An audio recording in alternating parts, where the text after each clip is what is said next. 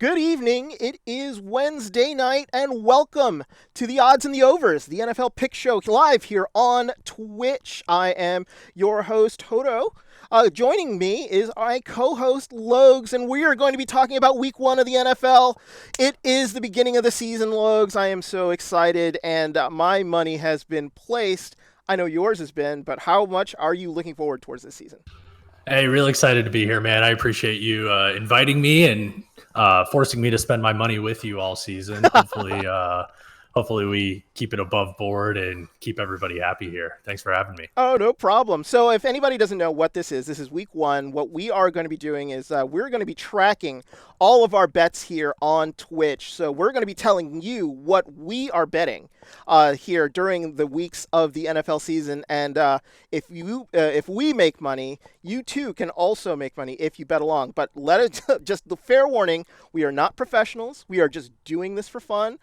You can lose if you gamble, and please, this is for entertainment purposes only, so you can watch the two of us possibly go broke betting football. So that is a distinct possibility, but we're going to have fun doing it. We're going to be talking about NFL news. We're going to be tracking our picks. We're going to try to hopefully pick winners in an effort to basically see if we can hopefully help everybody out there as they go through the sports gambling world. In the meantime, though, we wanted to give a little tutorial as to what it is we're going to be explaining. So when you do go to your local sportsbook and you want to sort of entertain yourself with some betting with games, it can be very, very intimidating because if you're going there for the first time, you don't know what any of these numbers means. And there are multiple ways to bet sports, and unfortunately, a lot of the times people aren't that friendly at a sports book. They're either desperate degenerates like me and Logs, or they're just there to place a bet and leave. So we're here going to try to explain to you what that means. There are three types of sports betting that's normally done, especially in the NFL, and they are done by points, over, under, and just straight up odds bets. The first way is called the points, in which the sports book that you go to will set a number that a team has to either go over or under in order for you to win at a set amount, usually minus 110, and we'll explain to you what that means in a second. So, for example, you can see the top games here on Week 1 on Thursday. You have Dallas at Tampa Bay, which is their game tomorrow. Tampa Bay was minus 8 according to the BetMGM as of Tuesday night. What that means is that in order for you to win, if you bet Tampa Bay minus 8, they must beat Dallas by a minimum of 9 points in order for you to win your bet. If you don't think that's going to happen, then Dallas, you place your money on Dallas, and as long as they lose under 9 points, you are going to get your money. So it's one of those things in which it can be very, very risky. You're hoping for a touchdown or two extra for the team that you're betting, or a touchdown not to give up any points. And it really, really messes up with people. When you see people yelling on TV when a team scores a touchdown at the very, very end of the game, usually this is the reason. And Logs, you know this as good as I do. Can you explain what the over-under means to our audience? Yeah, so the over-under is basically just total points for both teams to score. So I don't know if you have one here, but for example, let's say the Cowboys-Bucks game, the over-under is 51.5 points. Mm-hmm. What that means is that if you combine the score of Tampa Bay and Dallas, they have to score 52 points for it to be over that number and for you to win. Or if you bet the under, it has to be under 51.5, so at 51 points. So if you score 26 and 25, which would be a weird NFL score, but if you did that, that'd be 51 points and the under would win.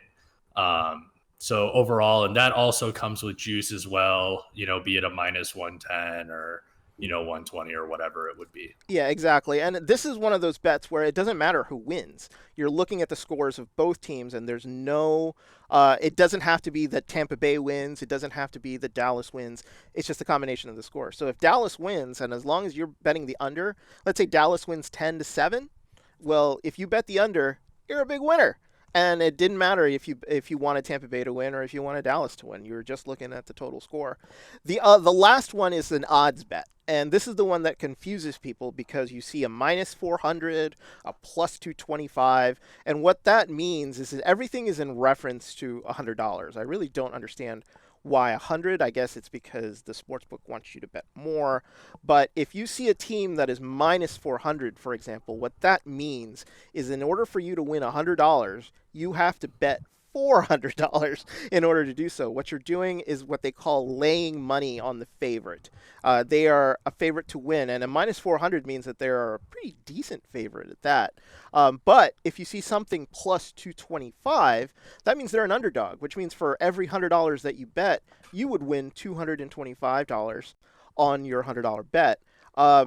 A lot of the times when you play NFL games, you can go this way, but the odds are going to be very, very close either way because both teams are professionals, and you're not going to see a lot of variance. This is one of those things in which if you don't want to play point spreads and you just want to root for your team, this is the bet that you go for. Where you get the really, really large variances where you see odds of like plus 1,600, plus 2,000, stuff like that is usually in college football where you have like Ohio State playing like, Podunk, like Northern Virginia Community College, and you'll see like them plus 3,000 because nobody in their right mind is going to put money on a community college to beat Ohio State. So, Yeah, and just to add to that, these are also typically called the money line. So when we say, I'm going to take Tampa with the money line, it's -8 for us. Maybe you don't like Tampa winning by 8, but you like them winning by 4. You may take the money line in that scenario, and that's where you would take the odds and bet $400 to win 100 or whatever you would feel comfortable with. Exactly. So that's basically it. So you're ready to go to a sportsbook now if you really want to play and choose that on. A lot of the times, the tellers at the sportsbooks, they're very friendly. They're there all day, so they're looking to kill time. So if you have questions, anything like that, anybody at a live sportsbook will be able to do it. You can also do it online, depending on the state that you're from.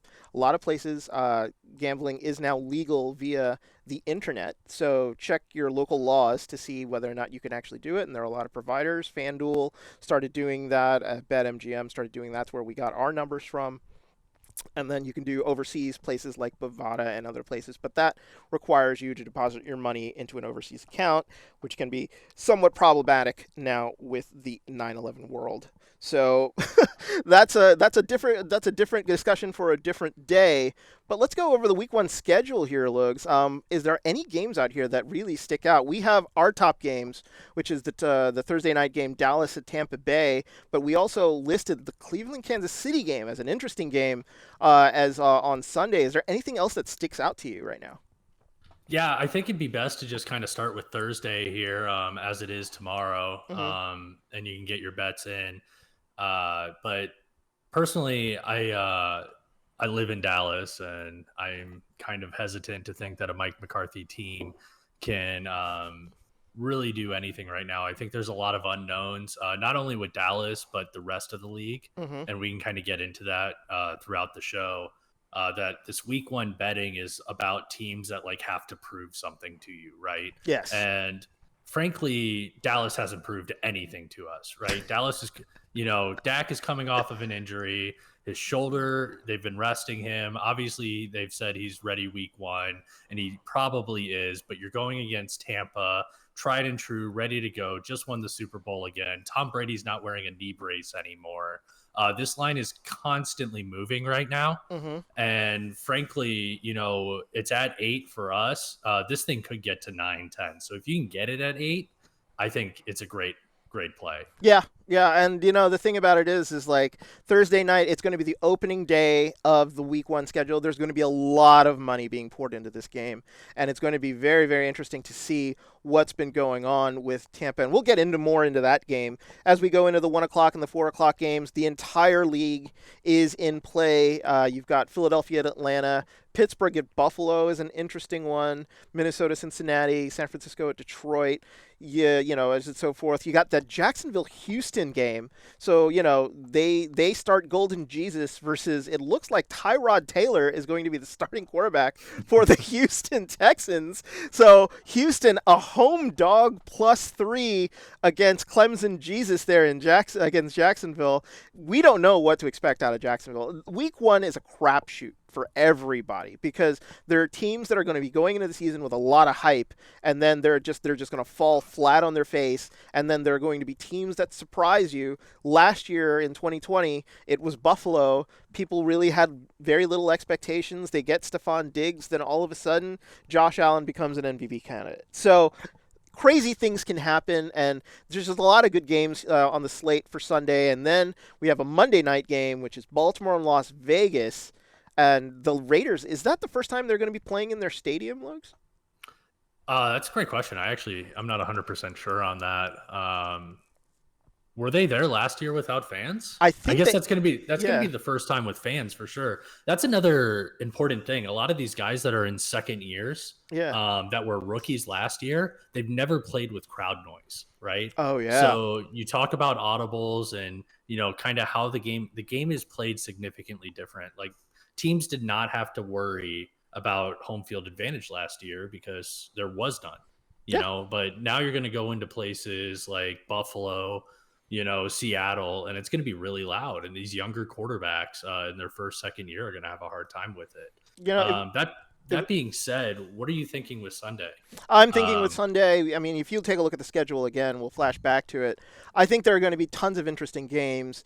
I honestly think that, there are going to be some games that surprise you. That Tennessee-Arizona line, I would have thought would have been bigger than -3 with Tennessee at home. But I think, they're thinking maybe Kyler Murray, this is going to be his year in Arizona, so really nobody really knows.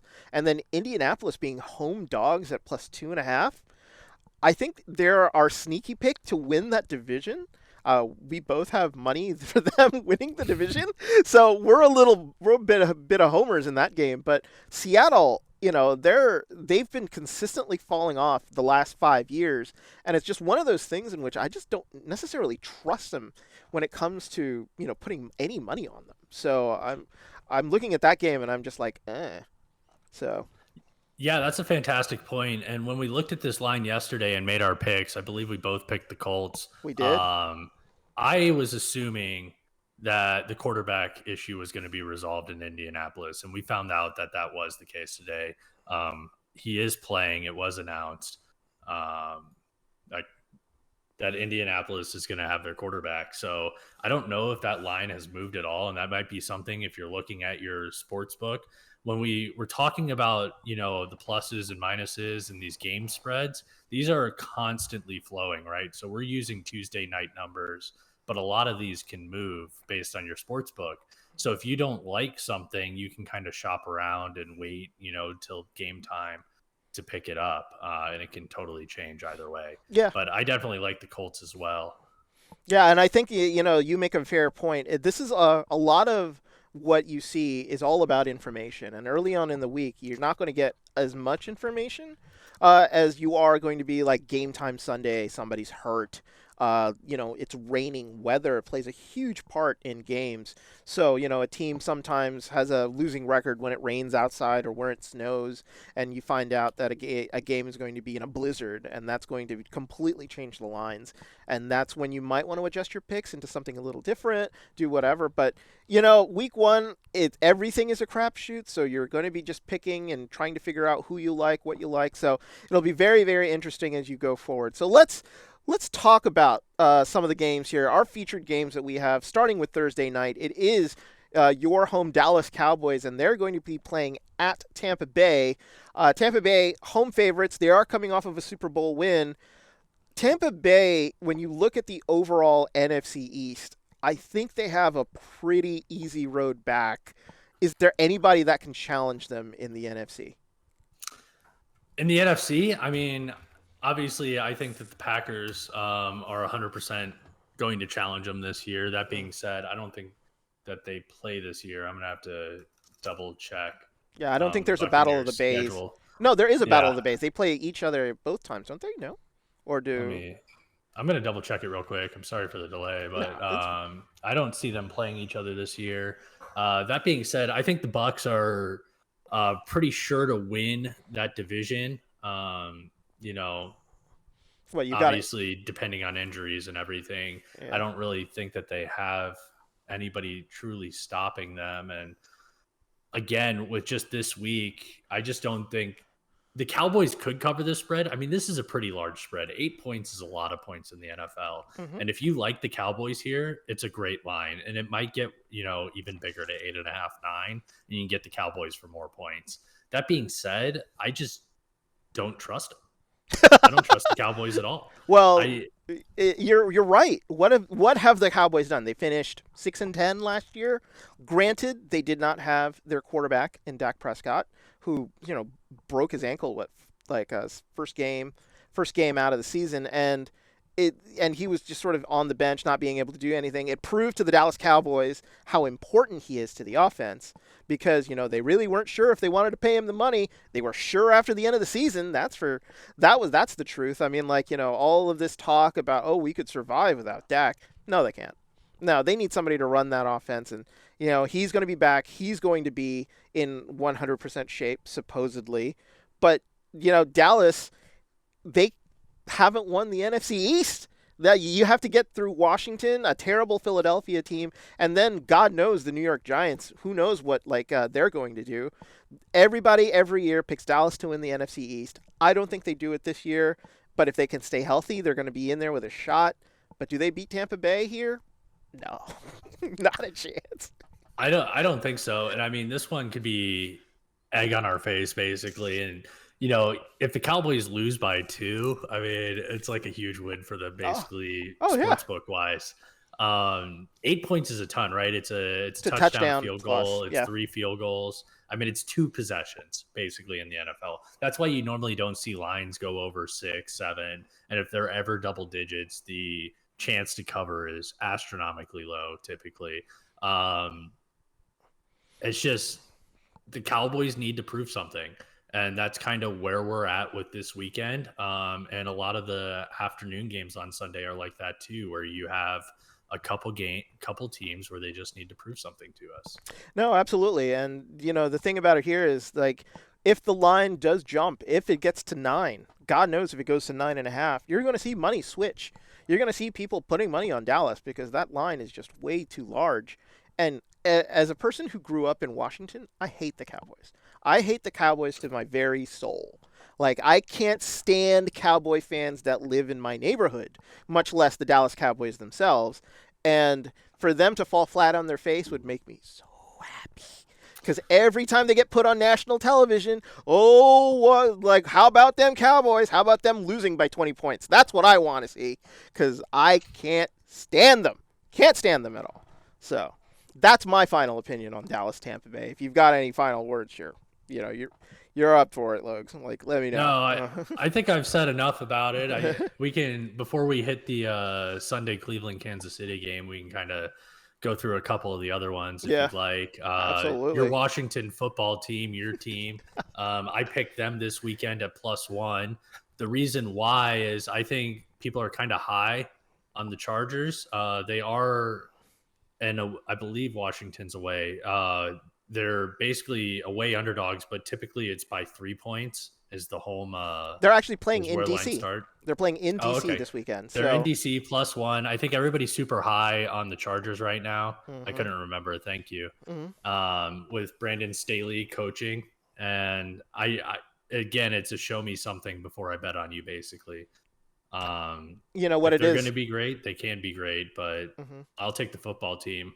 You know what first. it is everybody's high on Justin Herbert, the new quarterback for the Chargers. He had a great year last year, but he had a great year with no fans. But going into Washington is like playing in a stadium with no fans. That place freaking sucks. Anybody who lives in the DC area knows FedEx Field is a terrible stadium, and Washington doesn't really have a home field advantage. They have, 40,000 Washington football team fans show up, but usually another 30,000 of the opposing fans also show up. But the reason I'm picking Washington is because West Coast teams travel terribly when they have to go to the East Coast and play a 1 o'clock game. That's what's going on here. The Chargers are literally body clockwise are playing a 9 o'clock game in Washington against a defense that might be one of the best in the entire NFL. So the Chargers are probably going to have a tough go at it at the very beginning. Washington +1 seems like a steal to me. So I'm taking the football team, and that's not going to be very often. So. One last thing before we move on to another game. You kind of hit it on the head there at the start. We've talked about it before. It's Justin Herbert's second season. Yeah. We can be high on him, but he hasn't had fans around before. So he's got to deal with crowd noise for the first time really in the NFL. And it's going to be a big deal for him. Anything could happen. And that's kind of where week 1 is in general, is that anything could happen. And there's a lot of toss-up games. And I think the football team getting a point at home is a good one to pick. What's another game there you like at the 1 p.m. time? At the 1 p.m. time, you're looking at the toilet bowl between the Jets and the Carolina Panthers. There's really nothing redeemable about this game. Carolina are home favorites by 5. My friend Chris is a huge Carolina fan, but, they just picked up the Jets' old quarterback, and that's who's going to be starting that game. So what's going to happen is that he's going to want revenge for the fact that he was the most sacked quarterback in the NFL 2 years running when he was playing for the Jets, and he's going to want to pound them into the ground. And the Jets are notoriously bad. They did not improve with anything this year. I don't think they're going to have a winning record again this year. I think Carolina wins this in a walk at home. But with -5, that's I think the third favorite game in the entire league. So you're looking at, if you look at all the lines and stuff, it's going to get bigger, I think. And I think Carolina by the end of it, before the end of the weekend, might have a 6.5 point sort of spread favorite against the Jets there. Yeah, I hear you. I think I'm picking the Panthers also. I like Christian McCaffrey in this. I hate the Jets until they prove something to me.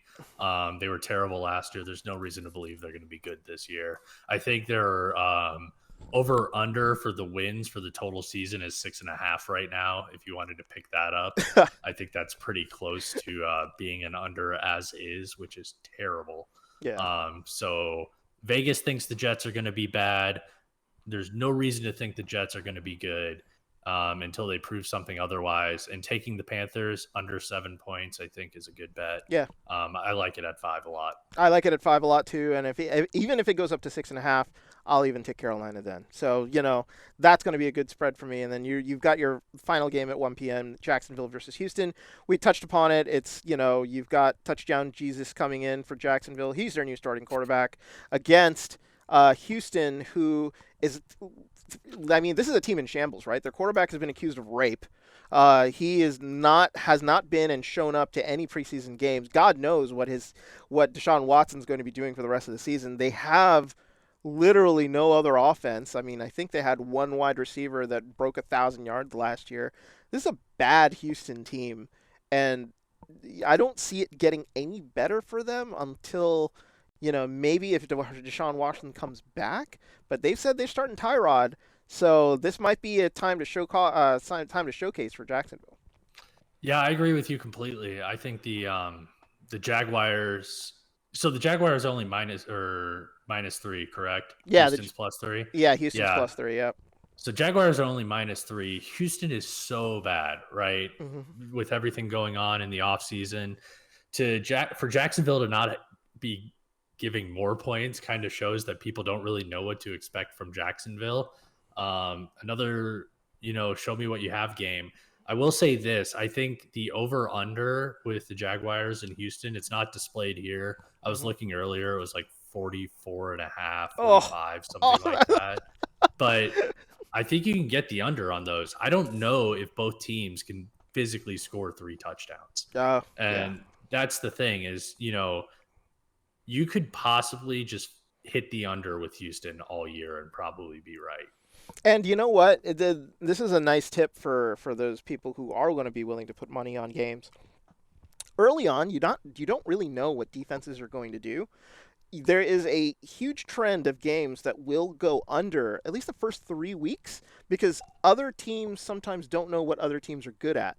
So, like, teams will experiment to see how they can break down defenses. You don't really know whose defense is really good or really bad, and you don't really know what offenses are really going to do. So, but a lot of the times, you'll see a trend of it'll start hitting unders, and then all of a sudden you'll hit overs when people realize that certain teams are bad defensively, and then it'll come back down again towards the end of the year when teams get sort of jockeying for playoff position and things like that. But a good sign that you're going to be watching a bad game is if the under is under 45 points, then you know that that game is going to be bad and is not going to be watchable, and don't bother putting money on it. Is usually what they're saying. There you go.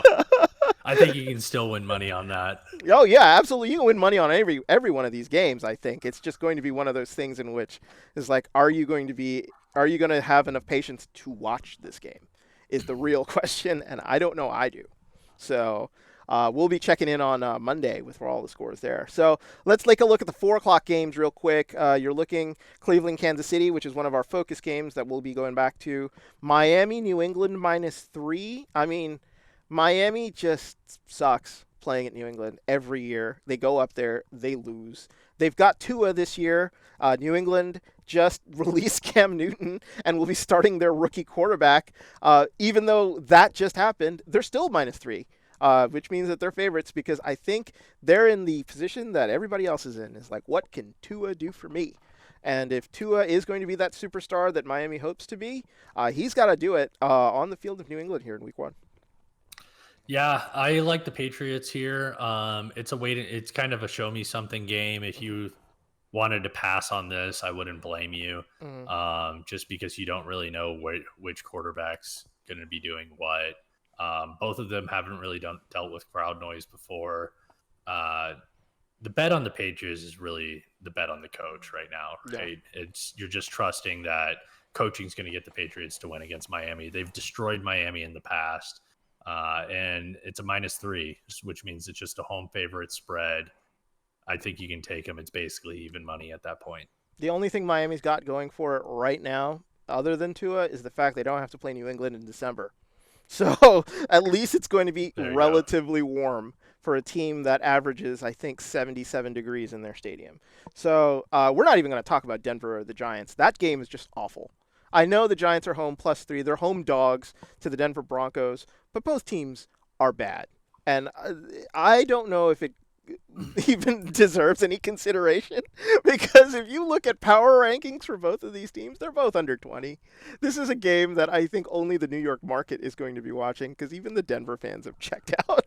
So based on what I see on there. Absolutely. I think it's something, I'm just checking it real quick on my site. The over-under currently is 41.5. You talked about any over-under being under 45 typically shows you're going to be watching a bad game. Mm-hmm. That's indicative of a real bad game, right? It's basically saying we don't believe we're going to have 6 touchdowns total in this game. And that's tough to watch for professional football. Moving on to a game that I do want to watch as a homer, I'm taking the Packers here. They're on a neutral field versus the Saints. They're not playing in New Orleans. There was a lot of news coming out that the Saints were picking a stadium that wouldn't bring Packers fans to it. I believe that only motivated Packers fans to buy tickets, and it's going to be a home game for the Packers anyway. They're -4.5 here. I like everything that they're doing this offseason. I'm going Packers basically all year. I'm real high on them just because I'm a big fan, so fade me all year on the Packers.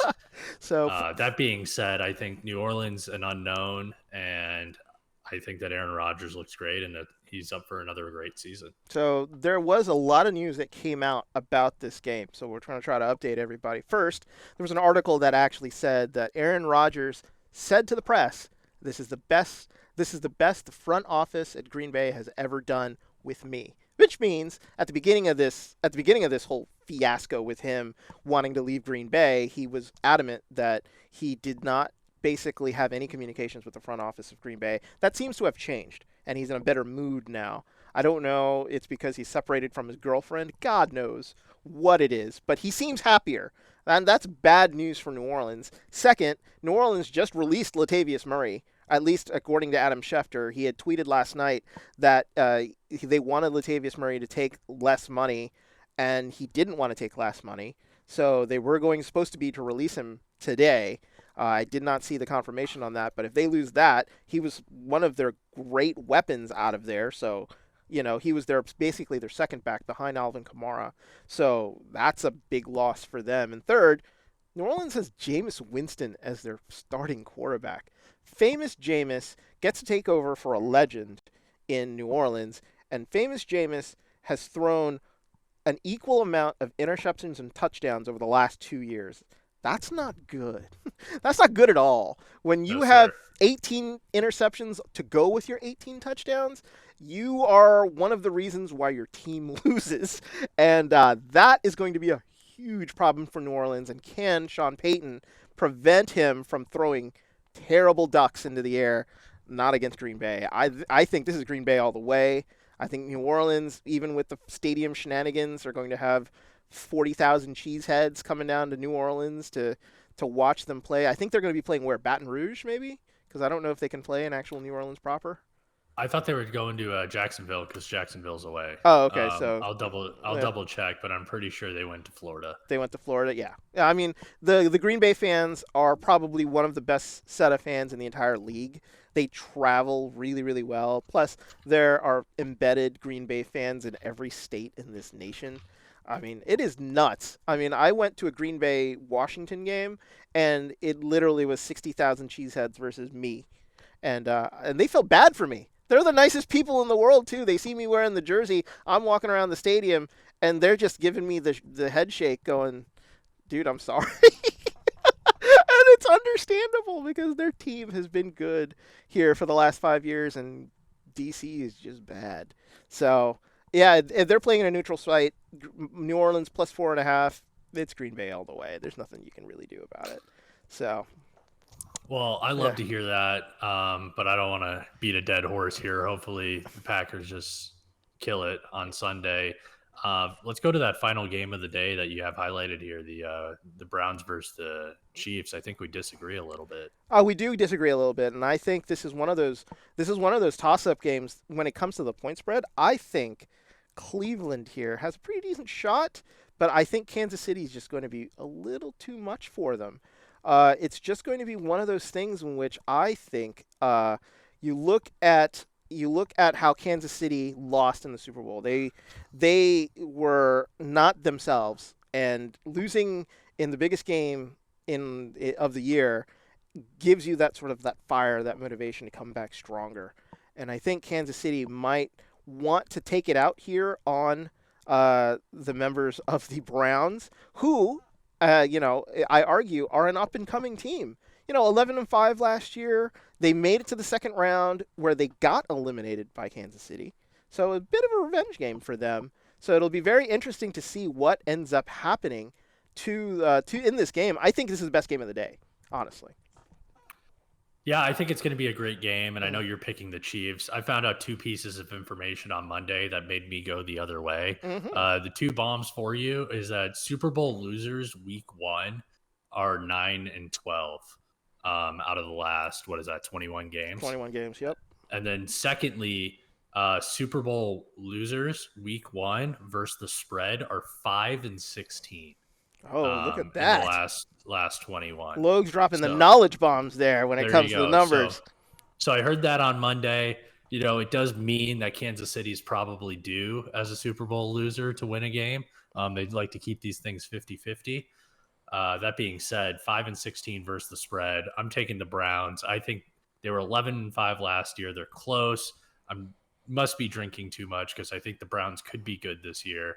And I think they can sneak out with a win and cover this 6.5 point spread. You know what? I'm going to be watching the game just out of pure enjoyment because I think, you look at the Browns, you look at Kansas City. I think it's going to be a high-powered game. Do you know what the over/under is on this game? Because I think it's going to be pretty high. Kansas City's defense is not that great, whereas Cleveland's defense are going to be trying to shut down basically the number 1 offense in all of the NFL. So, I mean, I think you're at least in the 50s, if not higher, for this game. I have it right here. Take a guess. What do you think it's at? 56.5. So you would take the under. It's at 54.5 right now. Really? Minus 110. Mm-hmm. 56 is a lot of points in the NFL. It is. That's real high. 54.5 is the highest over under for the weekend. Goes to show. Vegas thinks that this is going to be an air show. We're going to get a ton of scoring in this game. The closest games to it are the Bucks and Cowboys at 52. Cardinals Titans are at 52 for the over under.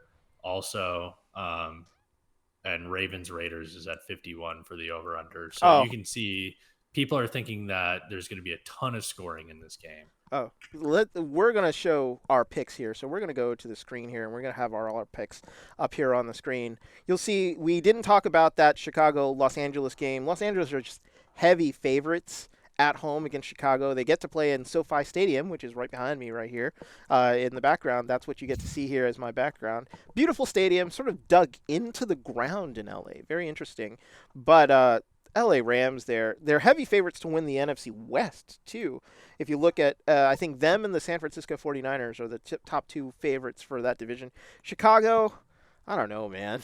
Chicago is just one of those teams in which you hope and pray they just don't throw it away most games. So they're going to be playing the Rams offense, who under Sean McVay is going to be very high powered. They're going to be pressing that Chicago defense. Luckily, they do have a crazy edge rusher who can give you sacks when you need it. That was hopefully he can keep their quarterback at bay. But it'll be interesting because they did trade away their starting quarterback, and they are going to be starting what's his face from Detroit. That'll be their new starting quarterback this year. So they're looking for new things. So, and I think they see LA as a possible pick there for the West. So could be more on the line there in that game, but heavy favorites, almost 8 points. You're looking at a Tampa Bay Dallas situation there. Yeah, I think the issue with the Bears is you kind of know that there's a quarterback in the wings. Andy Dalton is starting, but how long is he really going to get? He's got a short leash, and if an NFL team has two quarterbacks, chances are they don't have a quarterback. There's a reason why Andy Dalton is starting, and there's a reason why there's a short leash for him. Yeah. And for that reason, I think that the Bears may have a rough season again. No, but again, right. I'm a Packers fan. You could probably disagree with me on anything NFC North. Yeah, so that also goes back up to that Minnesota-Cincinnati game. We both picked Cincinnati against Minnesota. I know why Logs picked Cincinnati because he hates anything to do with Minnesota. If you're a Packers fan, that's just a big no-no there to ever put money on the Minnesota Vikings. I do it because I think Minnesota's quarterback is an idiot. Kirk Cousins played here and was a decent quarterback, but Minnesota, I think, is still the least vaccinated team in the entire NFL. I don't know if I'm right about that. I know a lot of people started getting vaccinations again when preseason started, but at one point they had only a 61% vaccination rate, which was the lowest in the entire NFL. I was like, this is a team that's going to lose because their team is going to get COVID and they're going to have to forfeit. And with their quarterback not being vaccinated, that's going to be a huge problem for them, and they're going to be underdogs in a lot of games if he happens to get infected. So, go Minnesota, good luck. But no. Yeah. Yeah. Yeah, I hear you there. A lot of the early money was on the Vikings, so we're actually kind of fading, the public at this point, picking the Bengals. But I just don't know if the Vikings really have enough there. And who knows? This is kind of one of those games where you could pick either team and be right. Yeah. So we took the Bengals. It's really a coin flip. Yeah, home dogs though, it's just one of those things in which normally if you get a point for being at home. So for them to be +3 means that Minnesota -3 at Cincinnati normally would be a big favorite, but it's just no. I just don't trust them. So yeah. So we go to the final game, which is the big money game of the week, and the reason being is that if you lost during the week, this is your chance to make it up. It is Monday Night Football, and Monday Night Football this week is the Baltimore Ravens versus the Las Vegas Raiders. And yeah, this will be the first time they will have fans at Alliant Stadium, named after the airline, like the discount airline of all people. It's like Southwest sponsoring Cowboy Stadium would be just weird. But but it's the Raiders versus Baltimore. A little news on Baltimore right now. They don't have a running back. Both of their running backs are hurt. They had to sign Le'Veon Bell off the street, and they signed him right before New Orleans released Latavius Murray. So good luck to Baltimore. He is a runner that probably won't fit into their system. All the news says because of his running style, they just don't expect Baltimore to be moving the ball very often here against the Raiders. The Raiders have their own problems. They offensively are very skitsy. They can be very good one day and then very bad another. So God knows what's going to show up against that Baltimore defense. They're home dogs at 4.5. But Logs, this is your upset special of the week. Yeah, I like the Raiders here. I was trying to pull the number back up. I saw it earlier this week. Raiders do great in September. They have a huge win record in September. I'll try to find it, but I don't think I'll be able to. That being said, I'm not crazy about Baltimore. I think that there's questions to be answered there, as with the Raiders also. But I'll take the points and see if Baltimore can score them. Yeah, absolutely. And I think it'll be a fun game for Monday night. This is the first time I think they usually do on week one, they do a double Monday night game, but I think this is the first time in a while that they'll actually do one featured Monday night game. Usually there was an early and a late game, so not this time. It is going to be only one game, and it'll be the Ravens versus the Raiders there on Monday night, so it'll be very interesting to watch. We've hit the end of the week one season. Every team is in play. Every team is a Super Bowl contender here because everybody's 0-0. I know you're going to be picking the Packers to win in the long run. I think that's going to be a decent pick, but I think Tom Brady's going to have something to say about it before the end of the year. Hopefully Tom Brady has to go through Lambeau again. And, or I guess they played in Tampa, didn't they? Mm-hmm. Hopefully he has to go through Lambeau, and that kind of changes everything this year. Packers are due. If you keep getting to the NFC Championship game, chances are you'll win one. So that's kind of the hope there. And then, on the other side, is it Kansas City for sure? Is there anybody that can stop them? You know what? They say Buffalo. They say this could be the year that the Buffalo Bills come back and make it back to the Super Bowl, where, of course, they're going to promptly lose because they are indeed the Buffalo Bills. I lived through the 90s and watched them make 4 straight Super Bowls. They made that city cry 4 times in a row. Though this year, Josh Allen, Stephon Diggs, a pretty decent defense. They got a shot. They're going to win the AFC East, I think, in a walk. They're going to be one of those great teams, assuming Josh Allen doesn't get hurt. He is the sneaky pick for MVP. He was second in last year's voting for MVP. So I think it was Rodgers won it again, didn't he? Like Rodgers won MVP last year. Yeah. So he is the sneaky pick to be the MVP this season. He's got to start off with a tough game at Pittsburgh, who are notoriously tough. Even with bad teams, they're pretty good all the time. But at -6.5, I think Buffalo is going to be the team to watch out of the West.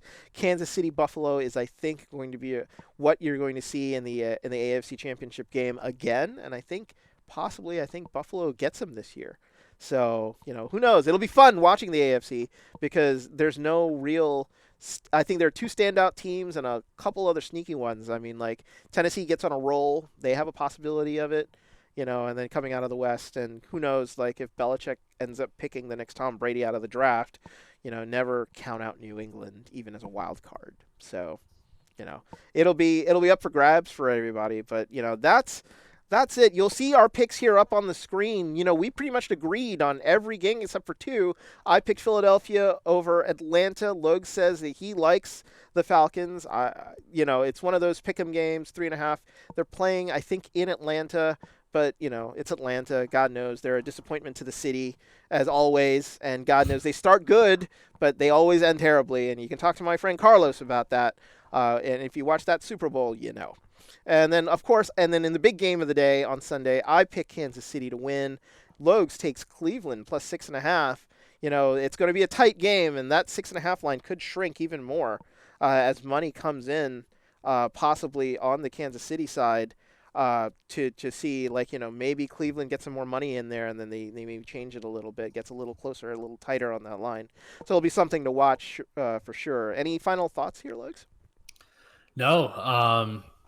Hopefully these picks, us being on the same side for a lot of it, makes sense that we're just right all weekend. And I hope you have a great weekend because that means I had a great one. That's exactly right. So, you'll find out next Thursday, Tuesday, Wednesday, I guess, when we go live again, how much each of us made last week. Because if he wins, I win the way this is actually going. So, we're not putting a lot of money on there, but we're going to be tracking dollar amounts here to see whether or not Logs and I are winners throughout the year. So stay tuned for that. So, if we go into the minus triple digits, you'll be the first to know because it'll just be, don't trust our advice, just pick against us, and then you might be winning on the other side. So go for you guys. But we're going to have some fun here. We'll be here every week. We'll actually put up different lines throughout the week when it comes to this. We're starting with the points. We'll put some over-unders in here and maybe mix up our bets a little bit, and we'll see like how it goes throughout the season. But hopefully you'll join us next week for the NFL Pick Show.